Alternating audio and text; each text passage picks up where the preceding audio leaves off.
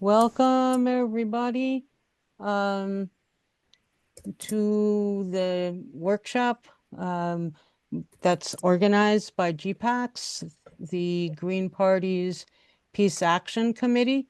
And the title of this workshop today is Build the Peace Movement and Build the Green Party. We're all about the theme of today's annual meeting is about building the Green Party, making it stronger, making it more visible in many ways. And our choice for this one, for our workshop today, was through working on, we wanted to build the Green Party through building the peace movement. And we all know how important it is to have a strong peace movement right now, because the violence in the world seems to be spiraling out of control. And so I'm just going to do a quick introduction. We have some slides that will show our last 2 years of activities through webinars, and I'll be talking about some of those. And then we will highlight the statement of emergency, global and local state declaration of a peace and environmental emergency that we put together and wrote as a committee and had the GPUS vote on it, and GPUS voted to adopt it as a statement of declaration, a statement for organizing and a statement of urgency. And man, have things gotten even more urgent since we did this? And then we're going to talk about uh, an action plan that came out of the declaration. I should say that Patricia Vener-Saavedra is going to read the emergency declaration. Logan Martinez is going to talk about about peace pledges, campaigns, and an action plan that comes out of that declaration. And I will be talking about, David Kyle will be talking about coalition building because he has been one of the GPAC's members who have been working on coalition building with other peace organizations. And I will be talking about some of the work that we've done in our webinars in the last couple of years. And again, my name is Madelyn Hoffman. I don't think I said that. Um, I'm a co-chair of GPACS, and I am from New Jersey, lived 60 some odd years in New Jersey, but I've relocated to the country of Colombia to work on peace and justice issues here as well. Hai Kavanis is our room host, and he will be putting the slides up when we get to that part. And so I just, oh, and in talking about Colombia, I should say that I am very fortunate and very relieved that I live in a country with a president who is opposed to what's going on in Gaza, who just a couple weeks ago organized a group of some 29 countries, 26, 29 countries, who are also opposed to what's going on, trying to blockade, do an economic blockade and boycott of Israel in order to stop the genocide. All right, so Haig, do you want to put the slides up? And oh, and the last thing I'll say is when we're finished, we definitely want discussion and interaction about how we can act on the issues that will be raised, but also Well, not when Patricia is reading the statement, but at, at almost any other time, if you have a question, please feel free to ask or post it in the chat, and we will get to it when it's appropriate, when we have a moment. Okay? All right. So, I'm sorry. no, the first thing is we're going to look at the slides. Oh, I'm sorry. I got the slides confused. Yeah, but My it's phone. no problem. So here's a compilation. I wanted to call it our greatest hits. But this is a compilation of slides that we from webinars that we have done in the last 2 years. This one is from Vietnam to Ukraine, lessons from the US peace movement, remembering Kent State and Jackson State. So we don't want to forget our history. We need to remember how we got here, the imperialism of the United States, and also the civil rights and and justice issues, such as the ones that come up came up when um, looking at and comparing what's going on in Ukraine to what happened in Vietnam. Um, can we move on? Hi, I thought it was timed for like 15 seconds. So anyway, I will go on to not spend more time. We have held a couple, like every year, the last 2 years, we held a webinar on Hiroshima and Nagasaki and the lessons from the nuclear bombings, atomic bombings of Hiroshima and Nagasaki. And this year, I don't know, we didn't plan one, but this year, um, 80 years ago, from 1945 to 2025, 80 years since the atomic bombings of Hiroshima and Nagasaki. And are we closer? Are we learning anything in those 80 years?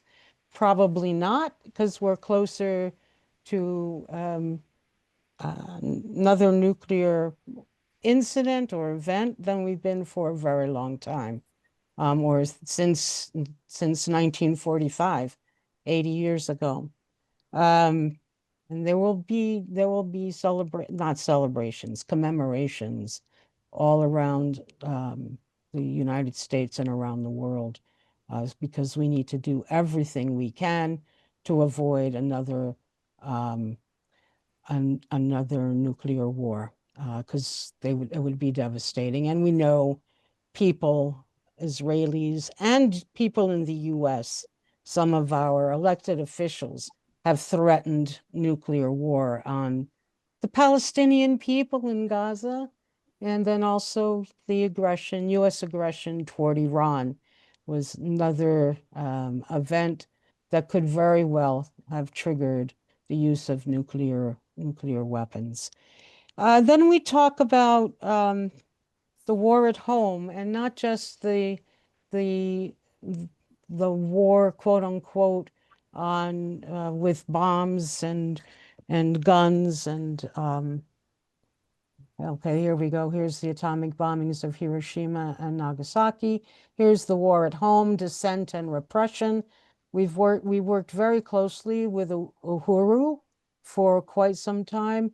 The Uhuru was the group that um,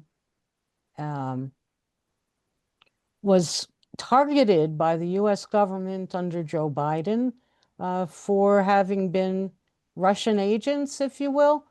And they fought very hard to fend off those charges, and they did. I think their penalty, quote unquote, is community service, which they do anyway. I mean, that's part of their mission as an organization. So then we also did a webinar on the conflict with China marching to disaster. And I saw something in the chat about whether our webinars are recorded, and I believe they all are. We'll put a link to our website and our Facebook page into the chat, and you can find them there, or just email me or at mrhlepaix@gmail.com, mrhlepaix@gmail.com, and we'll send you the link so that you can find out what we've done. And then, yes, we have done organized a webinar on ending the Gaza war, and then also Mideast wars raging. When will the killing stop? We were looking for, we're discussing in the first one on whether a just peace can arise, because we're not just looking for there to be peace, it needs to be peace with justice. And then we also did a workshop or a webinar on ethnic cleansing, past and present, from Turtle Island to Palestine, talking about the parallels between, the erasure of indigenous in the United States and Canada, and also in Latin America, and the war on Gaza, not the war, the massacre, the genocide of the Palestinians. And we called it a genocide from the very beginning. We're seeing many organizations and politicians today saying we've got to stop the starvation of babies, the forced starvation. It's a genocide, but they've come around to it quite late in the game. And so, but we have to keep building and growing. And as we saw from the Jill Stein campaign in 2024, some of our biggest and strongest allies came from the Muslim and Arabic community. And so that's an important part of our work, is to solidify those connections. Do you want to go? I guess there was another webinar on Ukraine, and the prospects for peace there. And yeah, here's the ethnic cleansing, past and present. Here's covert action and endless war, uh, kind of in the same vein as media repression, U.S. media repression, and U.S. U.S. government war on media and freedom of speech. And we have a series of connections with people who've written books on Ukraine, with the Veterans for Peace, with Ryan Swan, who lives in Germany, people who live in Hawaii, David Mullenix. We have quite a broad range of connections, and we've been working very hard. As you see, we've had at least 11 webinars in 2 years. So that's one almost every 2 months. And so we could use recommendations, we could use help in publicizing them, and we would love for you to see our past workshop, our past webinars. And this was the last one we did on July 15th, U.S. government war on the media and free speech.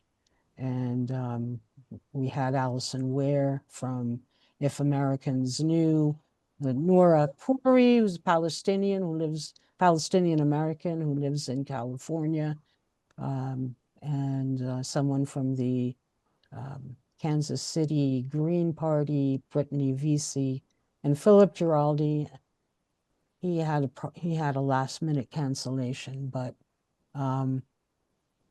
so this is just a good introduction to what the work of GPACs is.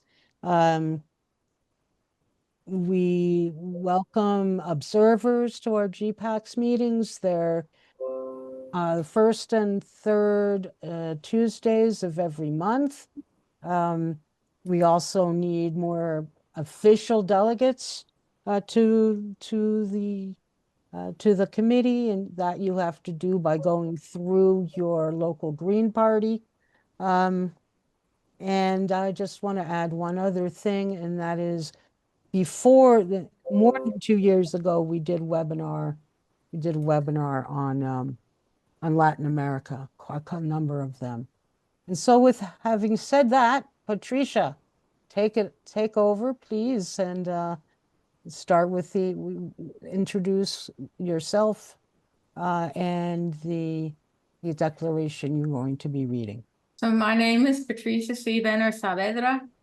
I live in Hamden, Connecticut, and I am a Marxist.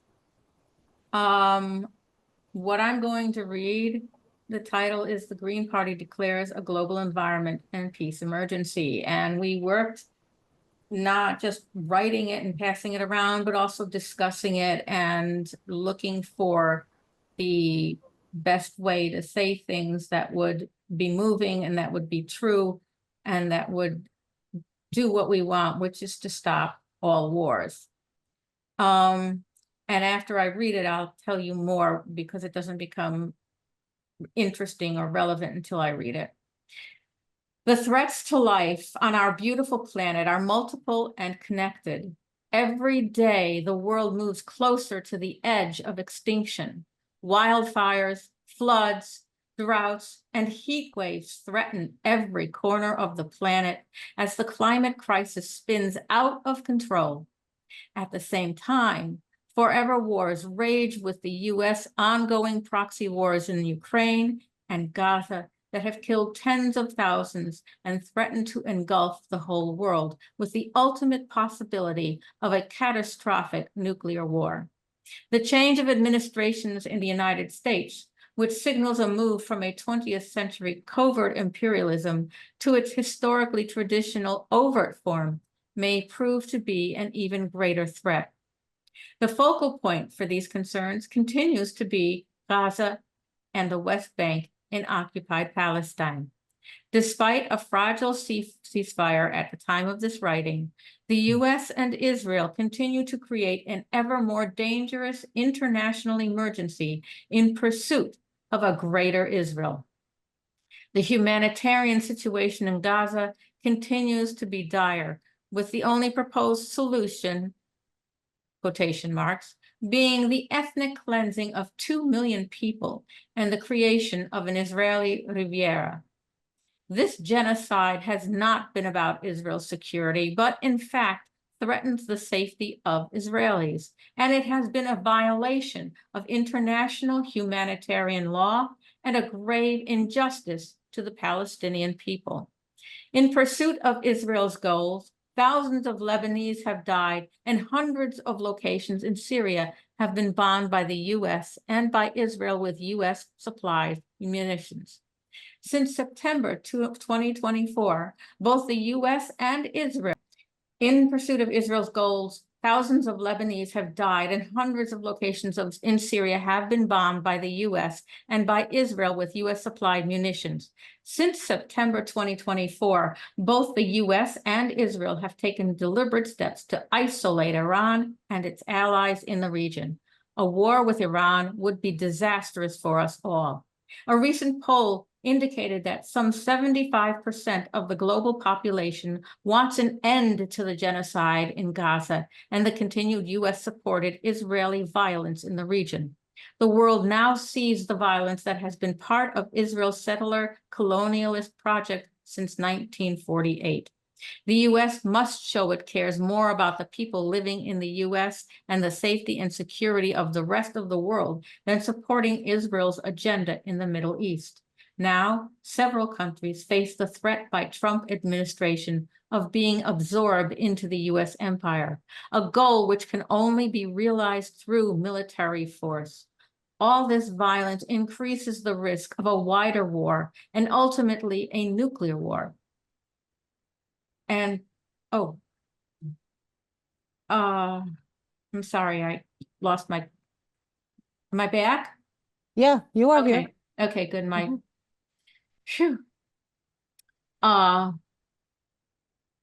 Several countries face the threat by the Trump administration of being absorbed into the US empire, a goal which can only be realized through military force. All this violence increases the risk of a wider war and ultimately a nuclear war, and should put the whole world on alert. The situation is critical and potentially explosive, literally and figuratively. The Green Party calls again for a permanent ceasefire in Gaza, Palestine, that continues after the release of hostages and prisoners and prohibits Israel's incursions into the West Bank and calls for an end to Israeli occupation. The Green Party calls for the declaration of a global emergency. More needs to be done to protect the population of Gaza and the West Bank by ending incursions, sieges, forced starvation, and returning control of their lands to the Palestinian people. The Green Party calls for a real ceasefire in Lebanon, not one that gives the US more power to intervene in the country and region. We also call for an end to US and Israeli presence in Syria, to return sovereignty to the Syrian people. The US, Turkey, and Israel need to get out of the way so that the Syrian people, together with a rejuvenated UN, can work to guarantee that all peoples in Syria are respected. The Green Party joins hands in solidarity with the thousands of students who have been threatened for standing up for justice. We call for everyone to get involved in their local peace movement in whatever ways they can. Building on past efforts, the Green Party will make a major effort to work with other progressives and radicals in building the ongoing events and actions, including support for the BDS boycott, divest, and sanction movement. Our main goal is to build a bigger and more massive peace movement in order to challenge and stop US imperialism. The Green Party also calls for resistance to the Trump government's bellicose policies and those that attack constitutionally guaranteed freedoms. We do this understanding perfectly well that the Democrats laid the groundwork for this moment.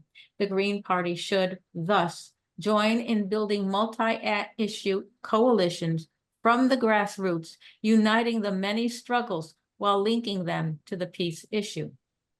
The Green Party will work to increase our involvement with other key national peace groups, Jewish Voice for Peace, Veterans for Peace, UNAC, etc., along with the state Green parties and other like-minded organizations. We can work to develop these connections.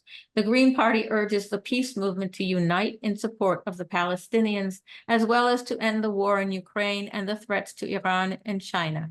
There are too many places where people are facing forced starvation and ongoing violence, including the Congo, Sudan, Haiti, Cuba, South and Central America, where US interference is causing tremendous hardship for the people. It is well past time for the world to rely on diplomacy and negotiations instead of continued violence and war. The people demand it, and Earth requires it. And I would like to point out that this is especially important to me as a Jewish person, as a Jewish person who regularly goes to temple and regularly calls for peace in Gaza, in Ukraine, in Sudan, in Haiti, and everywhere, because we are all on this planet. We have one planet to share. And if we don't clean up our act, we're not going to have any planet to share because we'll be gone. Thank you. Thank you, Patricia. And I'm sorry about the glitches. That not your responsibility. None of us. It was just something that's been happening apparently in some of these in other workshops as well. Yeah, and it should be noted too that this declaration was finalized in May. Was it May or I earlier than believe it? yes, in May. In May. In May. And we kept writing it and updating it and updating it, and we said we got to get this done, got to get this out. And you can see even from May that some of the things we call, have happened, some of the things may still happen. Some, the forced starvation was not was not included Someone once said, it might have been more than one someone, the Mhm. next war will be the next nuclear war will be our last war, and it'll be Yes. a few minutes long. Yeah, good point. So we would going to move on to Logan Martinez to talk about the action plans, because as we said in the chat, and thank you so much, Patricia, for your very dramatic and moving recitation. No, no, what we need to discuss right now, today in this workshop is how to reach out, whom to reach out, go back over that last part that Patricia read that had action steps in it. And Logan Martinez, he's going to discuss the action steps. And if you have, as I said, if you have comments about people to reach out to, ways to build the coalition, please put them in the chat or raise your hand. Thank you. Logan, are you? All right. Well, Okay. thanks. I'm Logan Martinez. I'm an activist here in Dayton, Ohio, and been involved in the Green Party for the last 30 years. Ran several times and been involved in different phases of the anti-war movement dating back to the Vietnam peace movement. The Green Party Peace Action Committee, and if you're in a state and would like to be involved in our committee, we'd like to have you involved. We have a very dynamic group that has done a number of things. The webinars is one aspect of the educational stuff we've done, but we've also helped lead the national party, both with this statement, but also supporting mobilizations over the last 3 years in particular, starting with the war in Ukraine.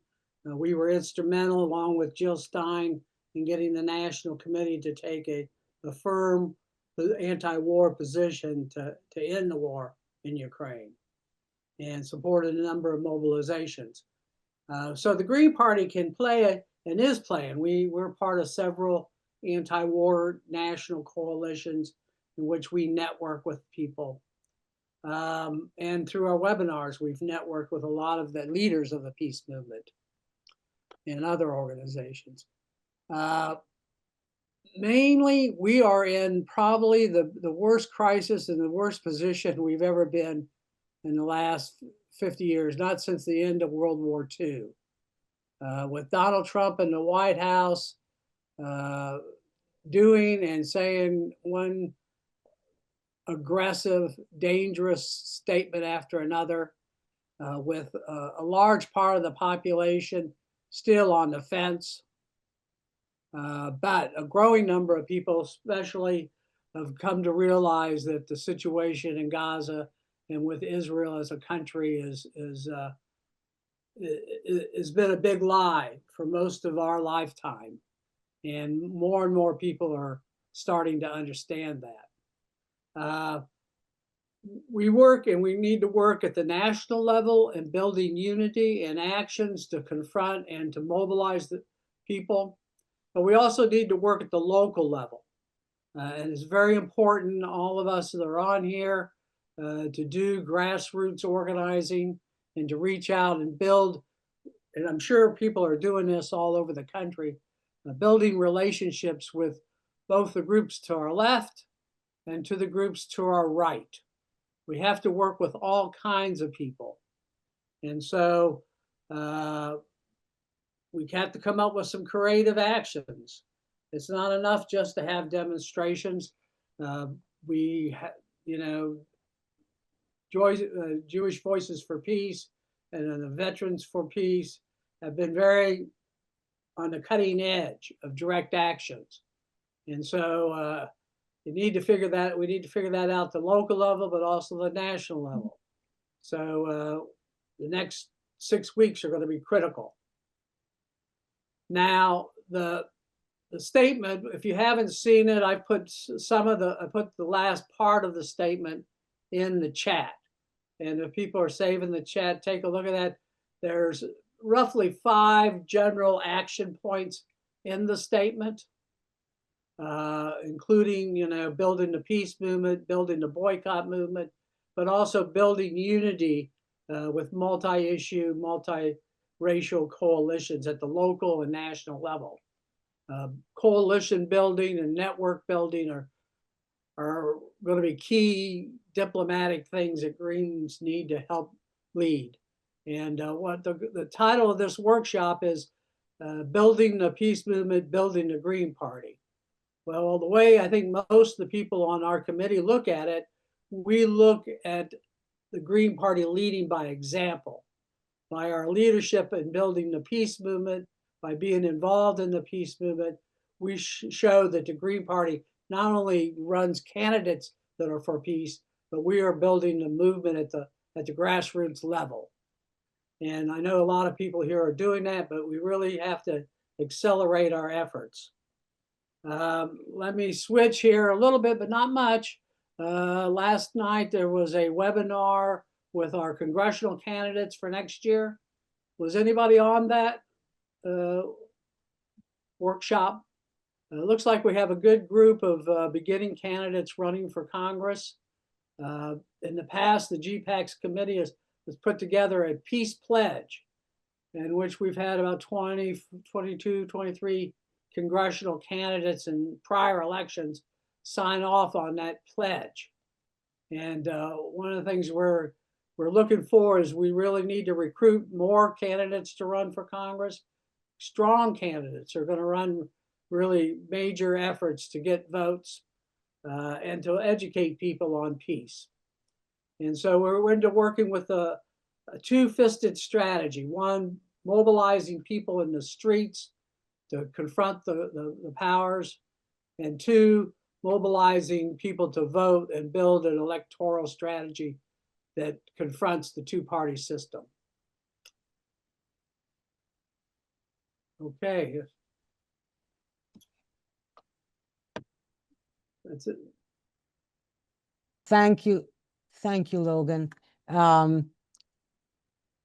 Okay, yeah, and I think that we when Logan says strong candidates, yes, could everybody put their email address back into the chat, even if you did it at the beginning, because we were kicked out twice, and when we save this, we're only going to get what came into it since the last time we were kicked out, which was about 10 after 5. So or 10 after 5. I'm an hour behind you here in Colombia, so apologize for that. When we say strong candidates, we know, because I also was a candidate. I was a candidate in 1996, 1997, 1998, and 2018, 2020, and 2021. And so I ran with Ralph Nader, his first run as a Green. And we know that increasingly every year we get more pushback. Why are you running? Because you're only going to take votes away. We need the Democrats.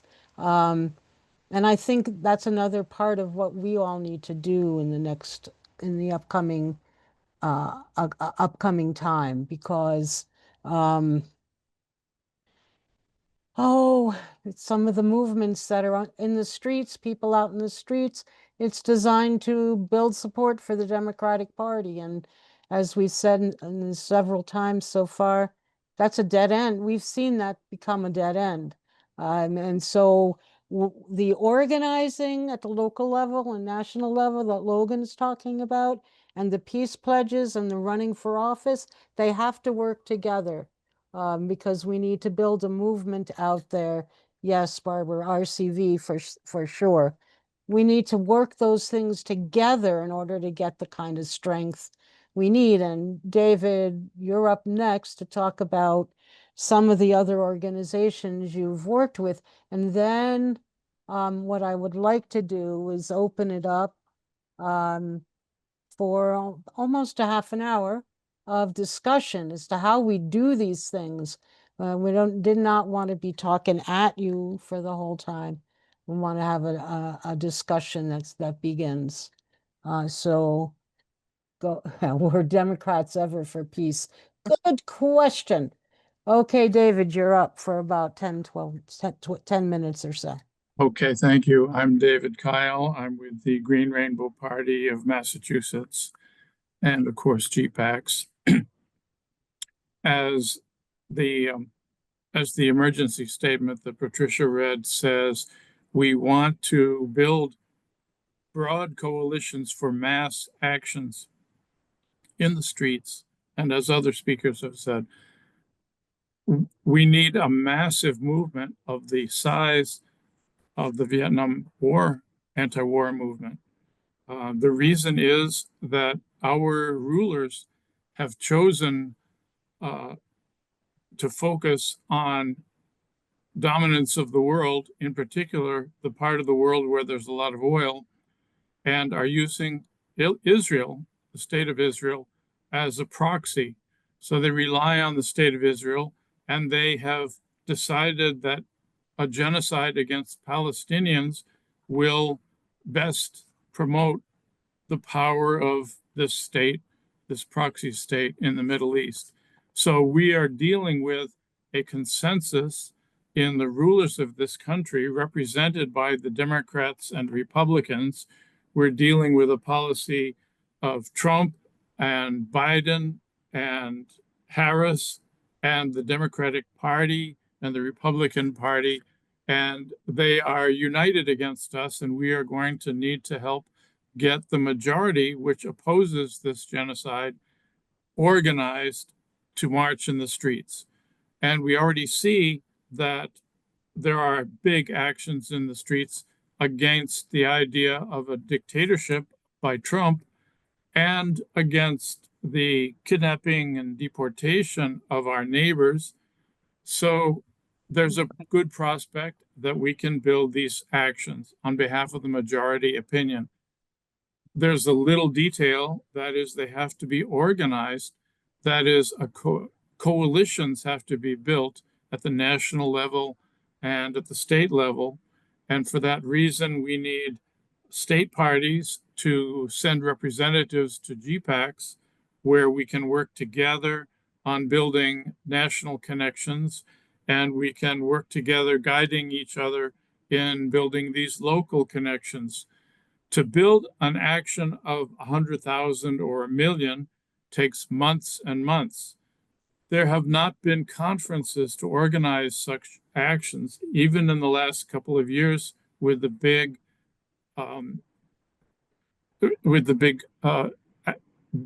violence by Israel against Gaza. The genocide has not provoked mass actions, and it's because there is an agreement on how to build them. So we are part of a group called UNAC, the United National Anti-War Coalition. UNAC represents one part of the anti-war movement. I'd say we could call it a part that is whose groups are mostly aligned politically with the various governments that are targeted by the United States.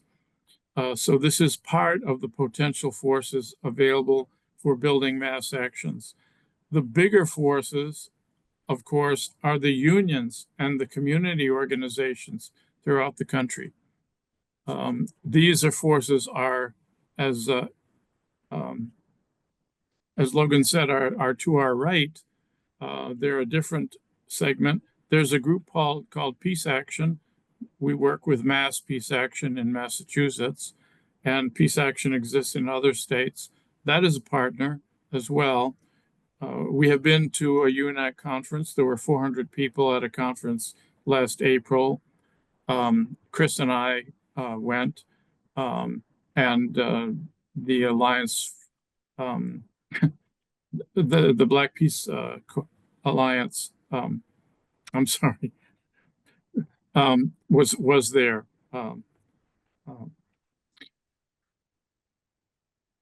We'll continue to be working in the GPACs meetings on building these coalitions, on ways to do that, on ways to reach out to the unions.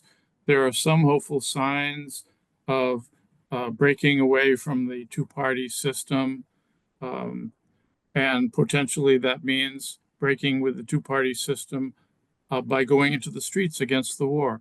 There's a potential for that to happen, led by the unions. So we can work on that kind of thing.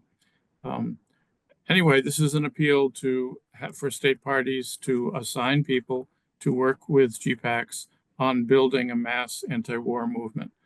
Thank you. I think I'll leave it at that. All right, thank you, David. No, we have another half an hour for the workshop, and this is the time. We've heard a lot of things said by a number of us. This is the time for an interaction. Let me answer this one question here. Does the USA have a celebration day for peace? There is one. It's the International Day of Peace, September 21st. And it's something that was first organized by the United Nations and honored for probably 25 years. So just to note that. Dave, I see your hand up. I want to hear from you and other people in the audience. Go ahead. You Can't can hear me? Now we You can. cannot? Now Okay, we great. can. Mhm. Okay. First of all, I thank GPACs. GPACs is amazing. They are staying true to the what the Green Party is all about, and I just really appreciate the efforts that GPACs is making. The other thing is that we have to build a movement. Just recently here in New York, DSA got won the primary for their candidate. That was a really good ground game, and they've been around a little longer than the Green Party, 10 years earlier, but they really didn't get any energy until 2016 when Bernie said, join DSA and join the Democratic Party and flip it over, all that stuff. So they had 9,000 members in 2016. I think they were 90,000 now, but they've got a really good ground game. And I think that every opportunity that we have, we need to be tabling and signing people up to join the Green Party. I mean, the majority of folks in the country oppose both parties. Every election, people bail out on the Democratic Party and the Green Party. Right now, independents is the largest grouping of voters that there are right now. And they are looking for a party of by and for the people. They're looking for a party to represent them because neither of the other parties do. We're there, man. We have everything. Our platform is what the majority of the people in the country want. And so what we really need to be doing is doing a lot of publicity on why the Green Party is essential and why we can make a difference. And so I don't know. We really need to be coordinating and having meetings on this. I think monthly meetings. I tried to do this through the NC, and I haven't gotten a whole lot of energy for that. There needs to be a coordinating campaign nationally of all of us working together to table every chance we get to not only get people to get us on the ballot, but to get people to join the Green Party. And we have this is the most incredible opportunity, I think, in the history of the country. So I didn't mean to go on and on, but I think that this is the opportunity for us to really, grab it and take it forward. So I want to work with anybody who's willing to do this. I've been organizing for 60 years. And so we need to have a national campaign of everyone working together, focused on getting people to join the Green Party and promoting why we're the best. I hope I didn't ramble. Thank you. No, you were pretty good. You're pretty much on point. But people can respond to each other. And anybody who was a presenter can respond to what people are saying. I wanted, and I don't know if I don't want to put you on the spot, Alan K., but you had some ideas at the beginning or some concerns about what we were saying at the beginning. And I just want to hear your ideas for what we should do if you have any to share. Oh, no, I I don't know. I just thought it was a little intense, but I'm sensitive. So no, I'm not critical. I said the intent was good and everything's okay. Thank you. Okay. Do you have any suggestions for what to do? I just will help as much as I can. That's all I can say right now. Thank you. Oh, that's all that anyone can say. No, thank you.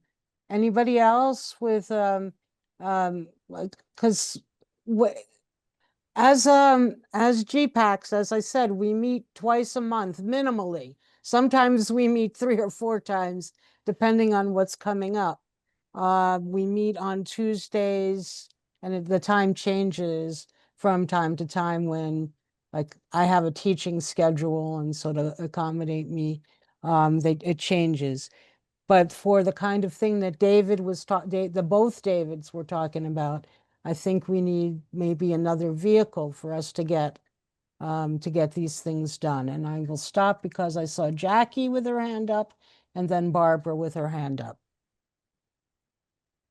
Go ahead, Jackie. Well, I didn't realize you were in Colombia.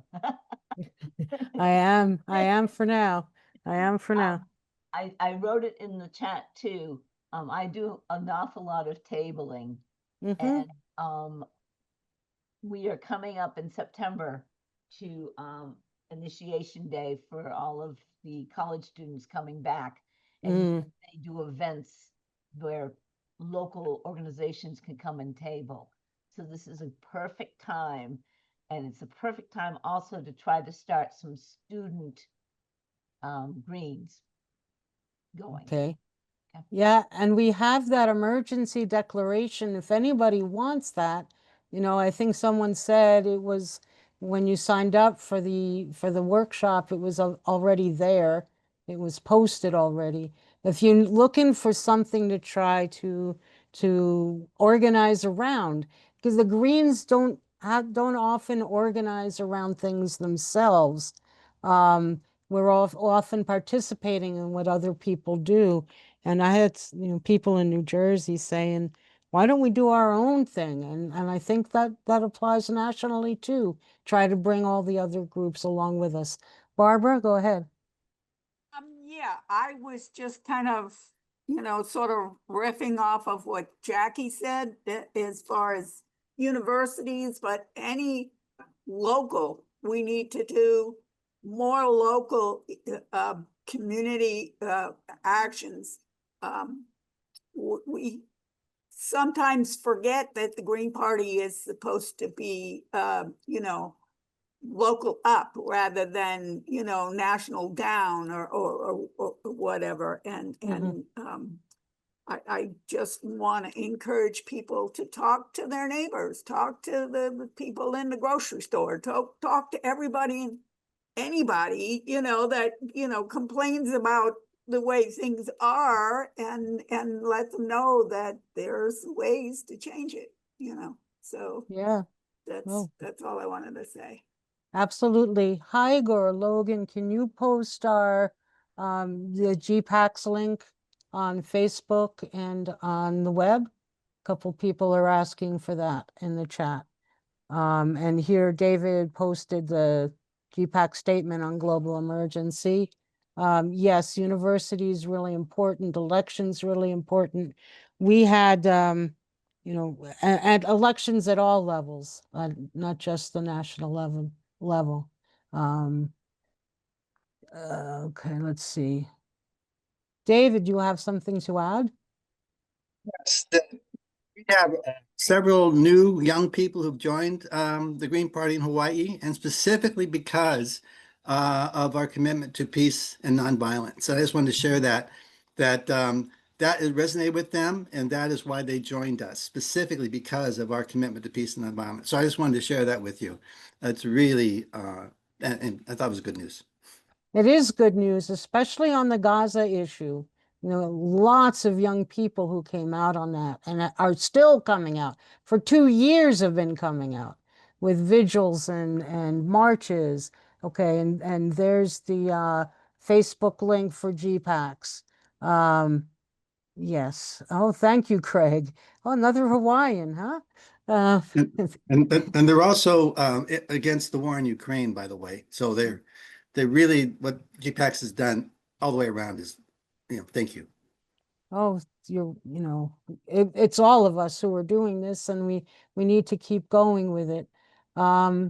Any other questions, suggestions, reactions?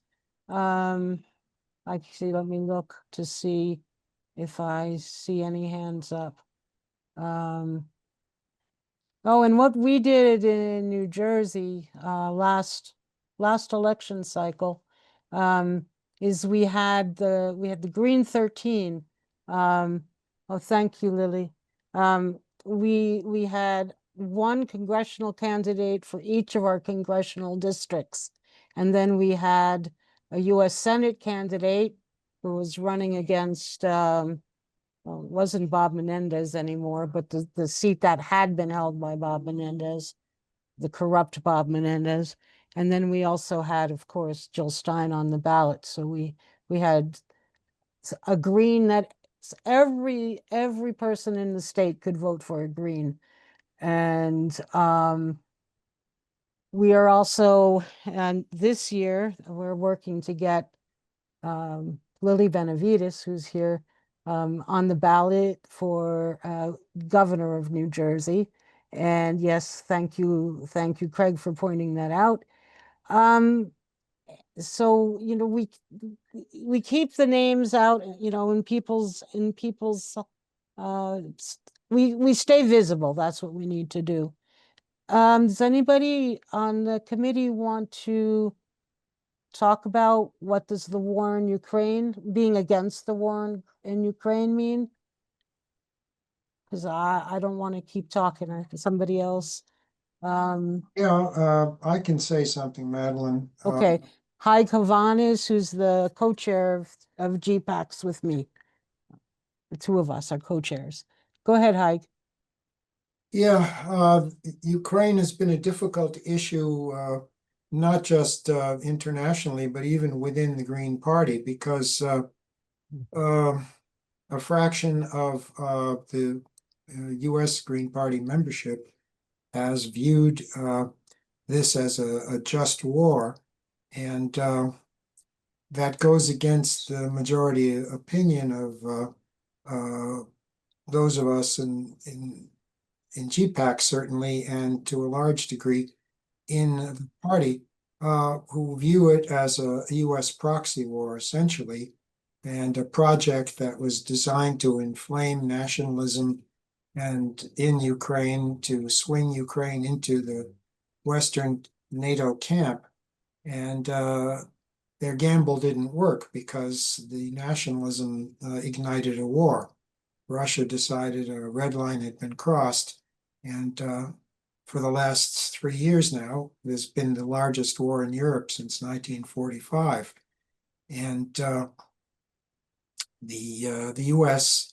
has been backing it massively with financial and military assistance, but it hasn't worked. The Russians have not relented, and they've steadily gained ground, and it looks like they will prevail, leaving much of Ukraine in ruins.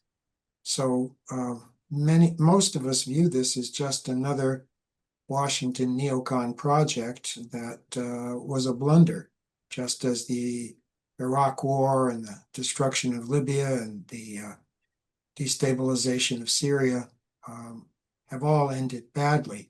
So when we say we're opposed to the Ukraine war, what we mean is we're opposed to the proxy war that's been conducted by the U.S.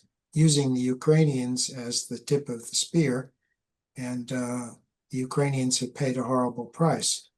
We think negotiation is the way out. We think if the interests of both sides are respected, peace can come back to Ukraine. They certainly lived in peace for a long time, closely allied with Russia. And there are examples of countries like Finland and Austria that have made peace with Russia and have not been dominated and enslaved. So that sums up what the opposition to Ukraine is from the GPAC's perspective. Okay, thank you, Hi. Again, we prevailed, GPACs put together a resolution on Ukraine a couple years ago, and the majority of the party voted for it. No, see, but Alan, this is where the disagreement comes in. Russia asked to negotiate repeatedly before they invaded in February of 2022. The problem was the US continually, as it's done with almost any of these recent wars, has refused to negotiate. Look what was going on. Yes, really, Alan, it was, there were several opportunities, and then Boris Johnson went in to squelch one opportunity. And if you go back to 2014, that's when the US led a coup in Ukraine. So this is what I meant before when I said we don't overlook history. We need to remember Russia wanted to negotiate NATO and the role of Ukraine in NATO. And then, holding on to two of the parts of Ukraine that Ukraine had taken and repressed, Donbass and the other region, whose name is escaping me now. I think you could put it in the chat, Haig. No, let's look at Iran, okay? They were negotiating with the US. They negotiated with 9 countries to come up with the Iran deal back in 2014, 15, 16. Okay, and then, that whole deal was ripped to shreds. And then there was a second round that was happening. In the middle of the negotiations, the US bombs Iran. And now what's the outcome of that? Iran doesn't want to participate in the nuclear non-proliferation treaty anymore because they don't want, they tried for years not to have nuclear weapons. And now, they were vulnerable to attack. Go ahead, Patricia, what's the point that everyone is missing?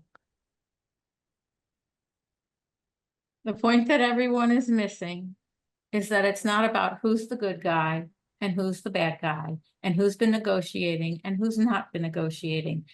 It's not about that, not at all, because there are good guys and bad guys all over the place, and I don't trust any of the ones. The good guys are the people, the working class people who are actually fighting these wars and being bombed and being shot at and being all of this, that's the good guys.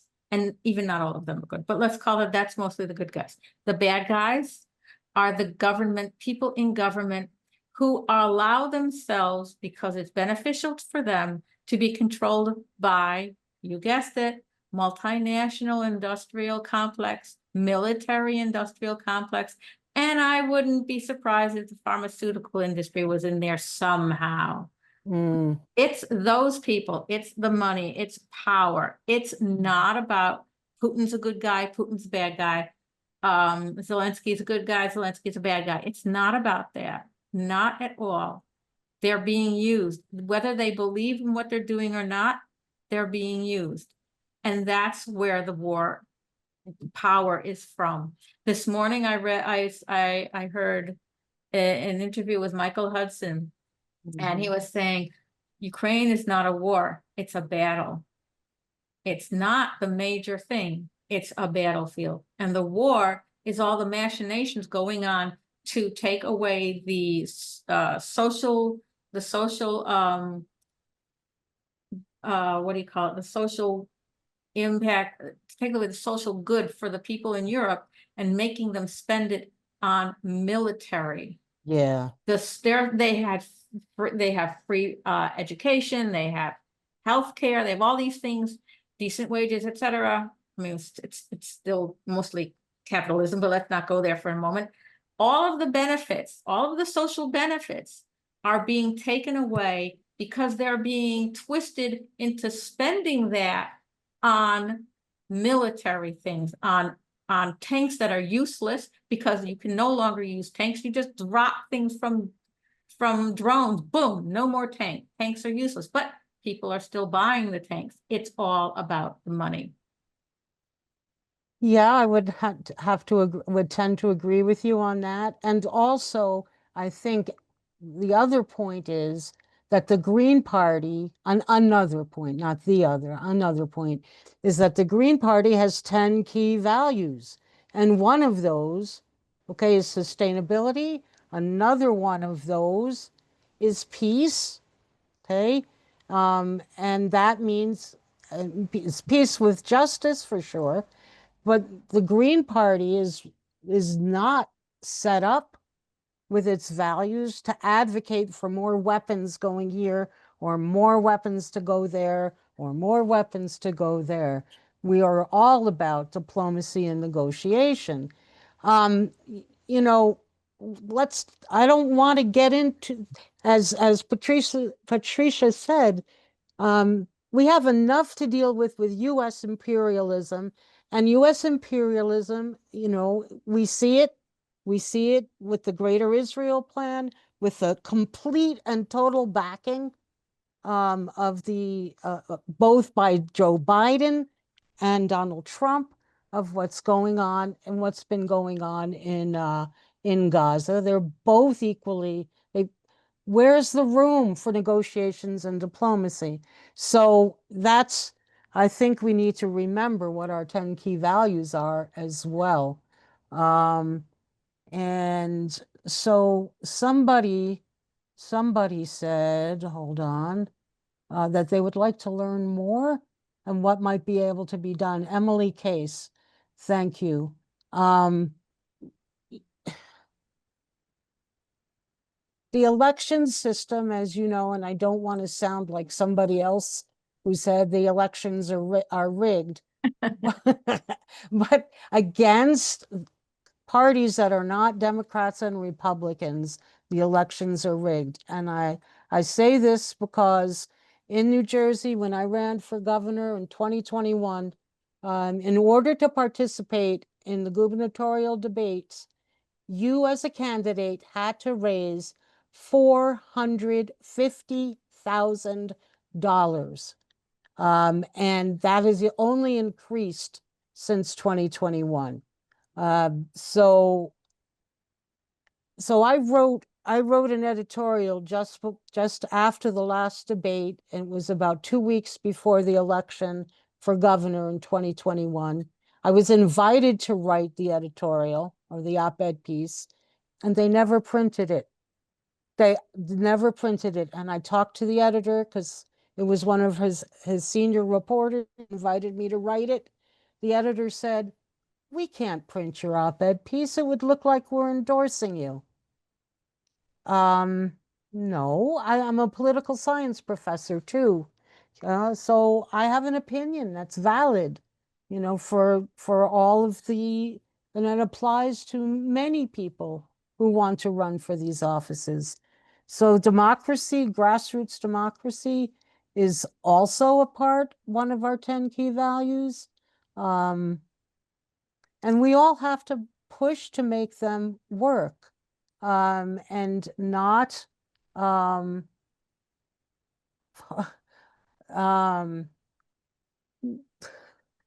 I see this back and forth here about, but Putin came forward wanting to negotiate. It started with negotiations, and the US said no. He did. But I don't want to get distracted. We're talking about building Logan's the Green chat. Party. Go ahead, Logan. Thank you. Yeah, before we leave,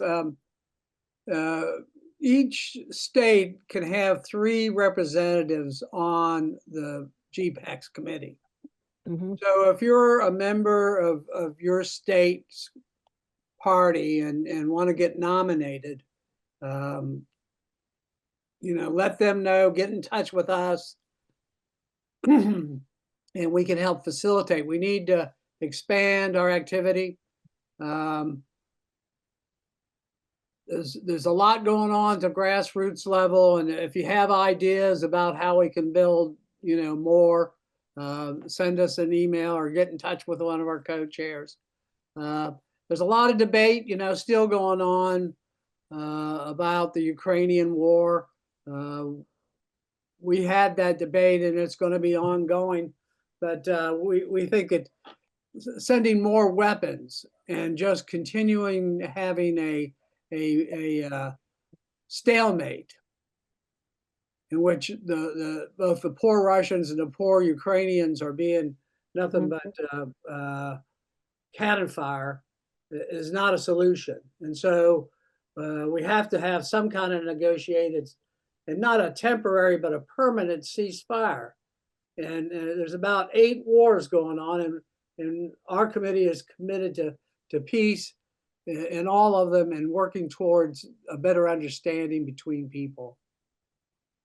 Thank you, Logan. And the other thing that we've talked about is that we, in building coalitions, we're not all going to agree on every issue. But if we can agree on the idea that there should not be a nuclear war, if we can agree that the genocide in Gaza has to stop, if we can agree that countries should spend less money on military and more on human needs, I'm just putting those 3 out there as examples, then that's what we need to build around. We need to build around what we agree upon and not spend, like I did, time trying to iron out disagreements about specific wars. Yeah, Barbara says, to become part of the GPACs, you need to get with your state Green Party so they can appoint you as their representative. How many states have Green parties? And M says, how do we get more attention on conflicts in countries that aren't populated mostly by white people?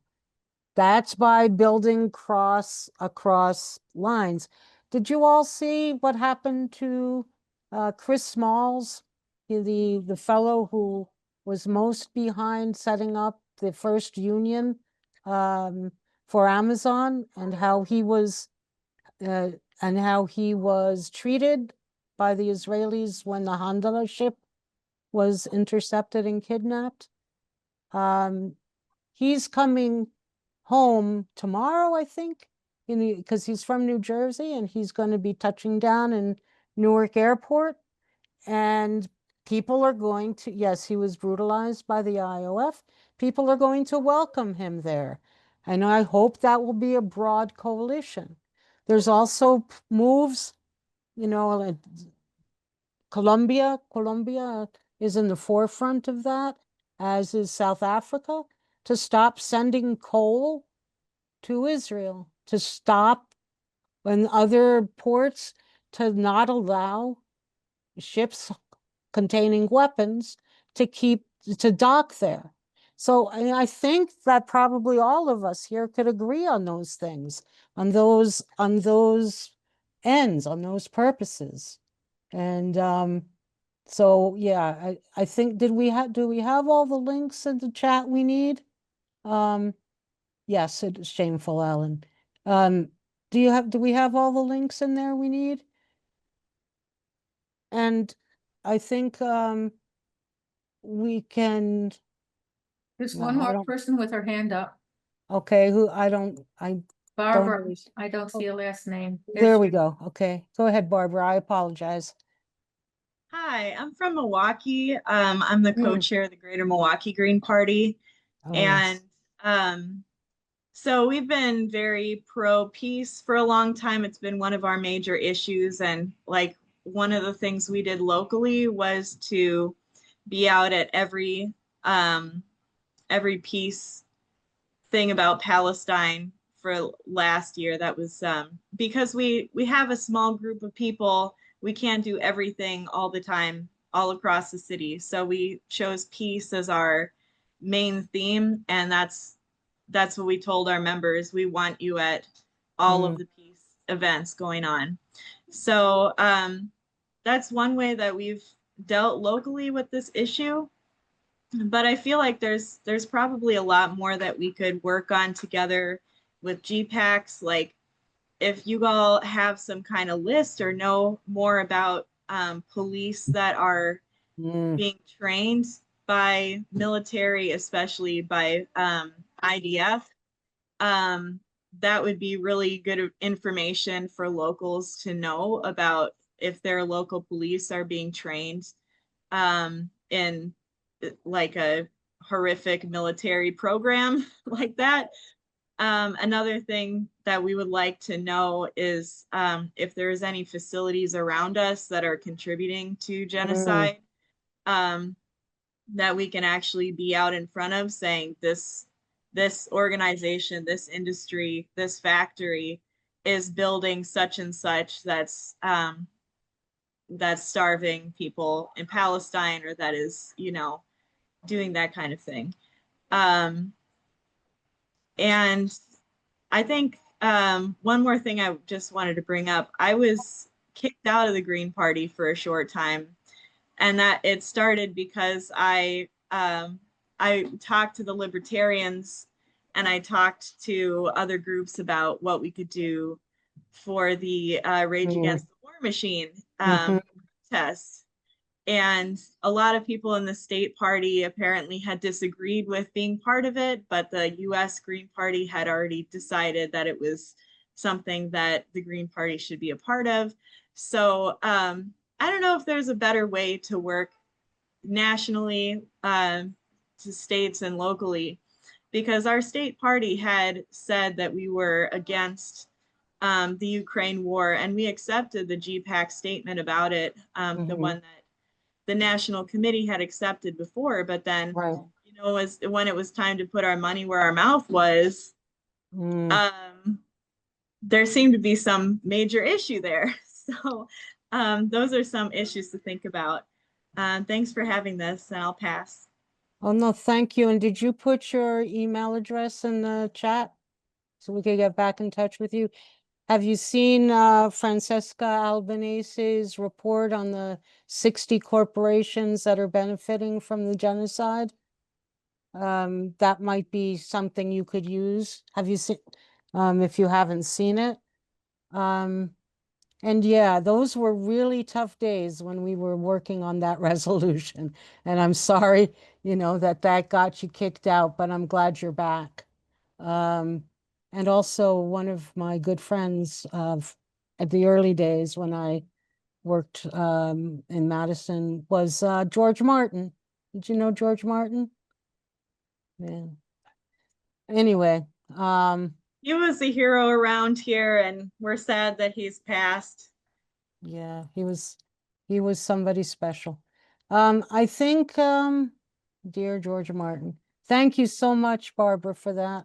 And I think we've hit the end of our I think we've hit the end of our time, haven't we?